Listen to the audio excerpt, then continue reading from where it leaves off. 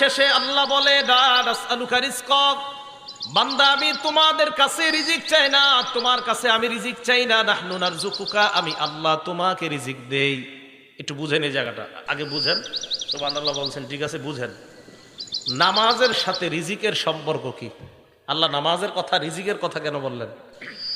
আপনি আপনার পরিবারকে নামাজের কথা বলেন, আয়াতের শুরু করলেন আল্লাহ এটা দিয়া, শেষ করলেন আমি আপনার কাছে রিজিক চাই না, আমি রিজিক দেই। আয়াত দ্বারা আল্লাহ কেমন যেন আপনাদের প্রত্যেকটা দোকানদারকে বলতেছে, দোকানদার তুমি যখন নামাজের ইকামত হয়ে যায় এখনো তুমি শাটার লাগাও না কেন? তুমি শাটার লাগাও না রিজিকের আশায়? না না, তুমি নামাজে যাও, রিজিকের চিন্তায় তুমি শাটার খোলা রাখবা না, কারণ তুমি আমারে রিজিক দাও না। তুমি দোকানে যাও, আমি তোমারে রিজিক দেই। তুমি নামাজে যাও, তুমি নামাজে যাও, আমি রিজিক তোমাকে দেই, তুমি আমারে রিজিক দাও না। তুমি তো এই রিজিকের চিন্তায় দোকান বন্ধ করছো না, যদি যাই কাস্টমার ছুটে যাবে, এই চিন্তাই তো তোমার। তার মানে রিজিকের চিন্তায়। রিজিক একটা হালাল, এই হালাল রিজিকের আশায় তুমি মসজিদে যাও না, নামাজ পড়তেছো না। আরে রিজিক তো আমি তোমাকে দেই, তুমি যাও সালাতে যাও, আমি আল্লাহ এই অবস্থায় যে তোমার কিছু কাস্টমার ছুটবে এটা কিচ্ছু হবে না, আমি তোমাকে রিজিক দিব।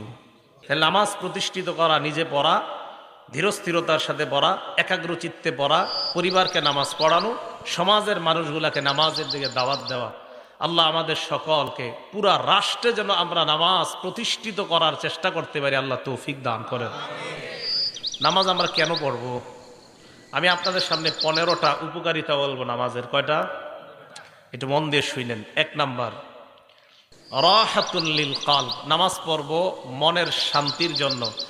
অশান্তি যেই অন্তরে আছে, এই অশান্ত অন্তরকে শান্তি করার জন্য নামাজ পড়ব। সুবহানাল্লাহ বলেন তো, নামাজ পড়লে অন্তর শান্তি দেয়, এই শান্তিটা দেয় কে? আল্লাহ। একটু মন দিয়ে, আবু দাউদ শরীফের 1319 নাম্বার হাদিস, আন্না নবিয়্য সাল্লাল্লাহু আলাইহি ওয়াসাল্লাম কানা ইযা হাযাবাহু আমরুন, আল্লাহ নবীর যখন কোনো পেরেশানি আসতো, ফাজা ইলা সালাত, দ্রুত নামাজের দিকে দৌড়ায় যাইতেন, অথবা আরেক বর্ণনায় সাল্লাল্লাহু নবী নামাজের মধ্যে দাঁড়ায় যাইতেন।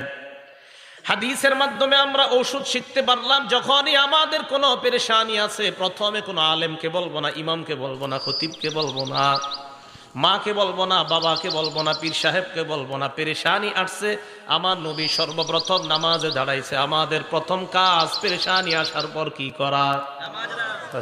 এরপর